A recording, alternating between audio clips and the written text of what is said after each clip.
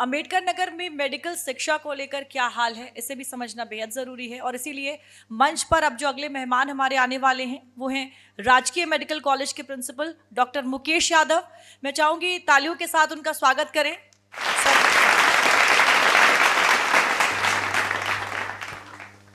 Sir, सबसे पहला सवाल मेरा आपसे है कि यूपी की बात करें तो मेडिकल शिक्षा का स्वास्थ्य कैसा है यूपी में? मेडिकल शिक्षा का जैसा आप सब लोगों को पता चलता है, खासकर मीडिया के थ्रू, इलेक्ट्रॉनिक और कि हम लोगों ने नंबर के टर्म्स में, क्वांटिटी के टर्म्स में तो बहुत प्रोग्रेस की है।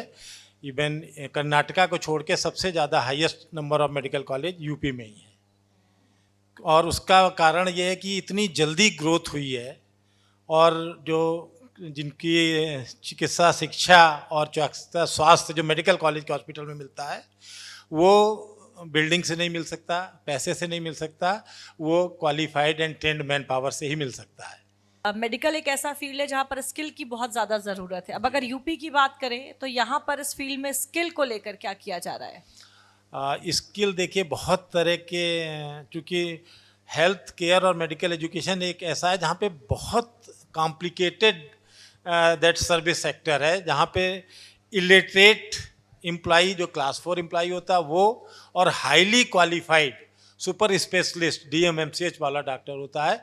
तो हर एक की स्किल अलग अलग होती है। जो चूँकि मेडिकल एजुकेशन कंकरेंट लिस्ट संविधान के उसमें आता है, तो इसका जो रेगुलेशन है वो सेंट्रल गवर्नमेंट के थ्रू नेशनल मेडिकल कमीशन के द्वारा, या जो अलाइड बाकी हैं जैसे डेंटल कमीशन है, नर्सिंग कमीशन है, अभी अलाइड हेल्थ कमीशन बनाई गई है, उनके थ्रू किया जाता है। और competency based medical education implement किया गया है। हर डॉक्टर का, हर सब्जेक्ट का एक कम्पिटेंसी डिफाइंड कर दी गई है और कोशिश की जाती है कि उनको उसी पे टेस्ट किया जाए, असेसमेंट किया जाए जब एग्ज़ाम होता है। तब वो इंटरनल लेवल पे भी होता है, कॉलेज लेवल पे भी होता है और एक एक्सटर्नल असेसमेंट भी होता है। सर, जो ज़िले की सबसे बड़ी शिकायत है वो लंबा इंतज़ार और रेफरल को लेकर है। अब इस दिशा में क्या काम किया जा रहा है? इसके लिए हम लोगों ने, जो मैंने स्पेशली ये इनिशिएटिव लिया था और मैं उम्मीद कर रहा था कि शायद हमें रेजिस्टेंस होगी हमारी फैकल्टी से, क्योंकि पेशेंट ज़्यादा आएंगे और गांव से आते हैं, दूर से आते हैं पेशेंट। आपने देखा महंगाई बढ़ गई है, पेट्रोल का भी कीमत बढ़ गई, तो हम लोग एज ए गवर्नमेंट फ्री देते हैं कंसल्टेशन, दवाइयाँ, जांच, बहुत नॉमिनल रेट पे। पर पेशेंट को फ्री नहीं पड़ रहा है, क्योंकि उसको आता है, गांव में एक मरीज के साथ 2-3 लोग होते हैं, तो उनका जो ट्रांसपोर्ट का खर्चा है वो बढ़ जाता है। तो उन्हें क्या है कि आए, और पहले 2 बजे तक OPD चलती थी, तो जब तक पहुंचते हैं डॉक्टर साहब के पास और उन्होंने जांच लिखी, वो वहाँ पहुंचा, तब तक 2 बजे का टाइम हो जाता है, फिर अगले दिन आना पड़ता है, तो उसको कई चक्कर लगाने पड़ते थे। तो हमने अपनी OPD को 4 बजे तक किया और उसका रिजल्ट हमें अभी जून से ही हमने किया है। प्रदेश का पहला मेडिकल कॉलेज है जो हमने ये इनिशिएटिव लिया और हमारी OPD जून में 10,000 बढ़ गई। और जब ज़्यादा टाइम होता है तो हमारे डॉक्टर को भी हर मरीज को समय ज़्यादा देना पड़ता है, जिससे पेशेंट का सेटिस्फेक्शन इंप्रूव होता है। तो हमें ऑप्टिमम यूटिलाइजेशन ऑफ रिसोर्सेज का करने की ज़रूरत है और इसमें एक्सपर्ट लोग ही इसमें मदद कर सकते हैं जो इस फील्ड में काम करते हैं। सर, इमरजेंसी जो सुविधाएं हैं उन्हें बेहतर करने के लिए क्या काम किया जा रहा है? इमरजेंसी सुविधाओं को बेहतर करने के लिए एक तो PM राहत योजना भी इम्प्लीमेंट की जा रही है, जिसमें कि रोड ट्रैफिक एक्सीडेंट के जो भी पेशेंट आएंगे उनको हम लोग 1.5 लाख रुपए तक या 7 दिन तक जो भी पहले होगा फ्री इलाज दिया जाएगा। और उसको इंटीग्रेट किया जा रहा है पूरे यूपी में कि बेड कहाँ अवेलेबल है, जिससे पेशेंट को भागना ना पड़े। क्योंकि गोल्डन आवर होता है 1 घंटा, जिसमें हमारे पास होता है जो मरीज की जान बचाने के लिए। ऐसे ही क्रिटिकल केयर ब्लॉक बनाए जा रहे हैं, हमारा कॉलेज में बन रहा है 50 बेड का, जिसमें इमरजेंसी पेशेंट को रखा जाएगा और उसमें सुपर स्पेशलिस्ट के पद भी सृजन के लिए हमने भेजे हुए हैं। और एक और स्टेमी प्रोग्राम शुरू किया गया, जो हार्ट अटैक के पेशेंट आते हैं, तो पहले तो सुविधाएं होती नहीं थी, तो अभी हम लोग को एक इंजेक्शन है जो 35 से 40 हज़ार रुपये का आता है, हम फ्री पेशेंट को देते हैं। और उससे क्या होता है, पेशेंट को 1-2 घंटे तक हम लोग बचा सकते हैं। और उस बीच अगर हमारे पास जो इलाज है हम वो करते हैं, नहीं तो हम उसको रिफ़र करके हमारा जैसे नोडल सेंटर राम मनोहर लोहिया बना दिया गया, फ्री एम्बुलेंस से पहुँचाया जाता है और फर्दर इलाज उनका वहाँ होता है। तो इस तरह हम लोग मोर्टेलिटी कम करने में बहुत बड़ा योगदान दे रहे हैं। सर, अब मेडिकल शिक्षा की बात कर लेते हैं। क्या इस क्षेत्र में AI, डिजिटल हेल्थ और टेली मेडिसिन जैसे जो विषय हैं उनको भी शामिल किया जा रहा है? जी बिल्कुल शामिल भी किया गया है। इस पे हम लोग की एक वर्कशॉप हमारे मिनिस्टर साहब और एसीएस सर ने लखनऊ में की थी।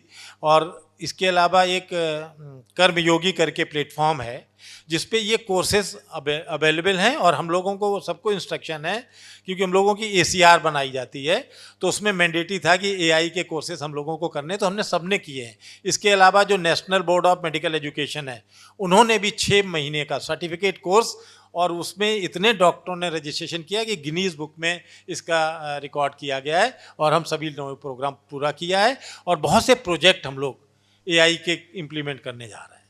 सर, इकॉनमी के लिए बहुत ज़रूरी है कि जो हमारे गांव हैं वो स्वस्थ रहें। आपके कॉलेज के जो छात्र हैं जो डॉक्टर बन रहे हैं उनके लिए ज़रूरी है कि सेवा भाव जी का जो है वो उनके अंदर होना चाहिए। अब क्या इसको लेकर भी स्वास्थ्य सेवाओं से जुड़ी हुई जो तमाम चीज़ें हैं, जो आपके कॉलेज के छात्र हैं उन्हें किसी तरह की फील्ड विजिट या कम्युनिटी पोस्टिंग इस तरीके की चीज़ें भी की जाती हैं क्या? जी हाँ बिल्कुल, इसमें हम लोगों ने नेशनल मेडिकल कमीशन के रेगुलेशन में ऑलरेडी है। एक तो जो PG होते हैं उनके रेजिडेंस जो है रूरल पोस्टिंग होती है और डिस्ट्रिक्ट हॉस्पिटल में भी पोस्टिंग की जाती है। मैंडेटरी 3 महीने की पोस्टिंग होती है क्योंकि डिस्ट्रिक्ट हॉस्पिटल पे स्पेशलिस्ट उतने अवेलेबल नहीं होते हैं। दूसरा, कम्युनिटी मेडिसिन में भी हमारी पोस्टिंग होती है और फर्स्ट ईयर से अभी हम लोगों ने फैमिली अडॉप्शन प्रोग्राम किया गया है। हर स्टूडेंट को 5 फैमिली अडॉप्ट करनी होती है, उनका पूरा वो फॉलोअप करते हैं। तो एक तो उनका कम्युनिकेशन, वहाँ की कल्चर, उनकी वैल्यू समझना आसान होता है।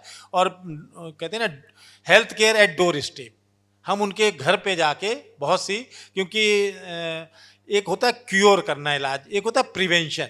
तो prevention is better than cure. अगर हम प्रिवेंशन में ज़्यादा इन्वेस्ट करें तो हमें शायद इतने हॉस्पिटल्स की ज़रूरत ही नहीं पड़े। सर, मेडिकल छात्रों के मेंटल हेल्थ और स्ट्रेस मैनेजमेंट को लेकर क्या आपके कॉलेज में क्या इनिशिएटिव लिए जा रहे हैं?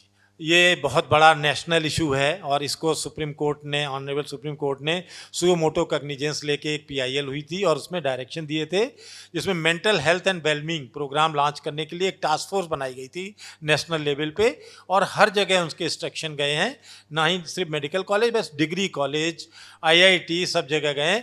हमने एक इनिशिएटिव लिया और अपने साइकेट्री डिपार्टमेंट, हमारे यहाँ काफ़ी फैकल्टी, 3 फैकल्टी हैं, तो हर वेडनेसडे को हम सारे डिस्ट्रिक्ट के लिए इस प्रोग्राम को ऑर्गेनाइज करते हैं जिसमें टीचर भी आते हैं। उनको बताया जाता है कि आपको अपने स्टूडेंट को बस स्क्रीनिंग करनी है और आपको लगता है कि आपका बच्चा अचानक क्लास में नहीं आ रहा है, उसकी परफॉर्मेंस अच्छी नहीं है, तो उनको आइडेंटिफाई करना और हमारे यहाँ लाना है। और इसकी नेशनल मेंटल हेल्पलाइन भी है जो कि फ्री है, वो डायरेक्ट भी उसको करके कंसल्टेशन कर सकते हैं और नहीं तो हमारे यहाँ के भी कर सकते हैं। हम लोगों ने काउंसलर भी रखे हुए हैं इसके लिए, जहाँ पे उनकी वो काउंसलिंग की जाती है, क्योंकि सुसाइड का रेट स्पेशली मेडिकल कॉलेज और IIT में बहुत बढ़ा। तो ये हमारे लिए बहुत बड़ा नेशनल लॉस था। और इवन डॉक्टर के लिए भी अभी डॉक्टर्स डे हम लोगों ने 1 जुलाई को मनाया, तो उसकी थीम भी हमारी यही थी कि behind the mask who will heal the healer. हम सबका तो इलाज करते हैं लेकिन अपना इलाज करना भूल जाते हैं, तो उसके लिए भी हम लोगों ने प्रोग्राम किया है कि डॉक्टरों का भी हम लोग मेंटल हेल्थ इंप्रूव करें। सर, अगर यूपी की बात करें तो मेडिकल शिक्षा में पहले से कितना सुधार हुआ है और आने वाले समय में जो संभावनाएं हैं वो और कितनी है बेहतर होने की? देखिए, क्वांटिटी के टर्म में इंफ्रास्ट्रक्चर तो बहुत अच्छा हो गया। हमारे ऑनरेबल प्राइम मिनिस्टर और चीफ मिनिस्टर का जो प्रोजेक्ट है 1 डिस्ट्रिक्ट 1 मेडिकल कॉलेज, तो 81 मेडिकल कॉलेज बन चुके हैं। जो डिस्ट्रिक्ट बची हुई हैं वहाँ पे पब्लिक प्राइवेट पार्टनरशिप में ला रहे हैं। पब्लिक को भी एजुकेट करने की ज़रूरत है, डॉक्टरों को भी ज़रूरत है एजुकेट करने की, तो इन सब पे हम पे काम करने की ज़रूरत है। बिल्कुल डॉक्टर मुकेश, बहुत बहुत धन्यवाद हमसे बात। तो ट्रिलियन ट्रैकर में अम्बेडकर नगर की विकास यात्रा में बस इतना ही। अगली बार किसी नए जिले में आपसे फिर मुलाकात होगी।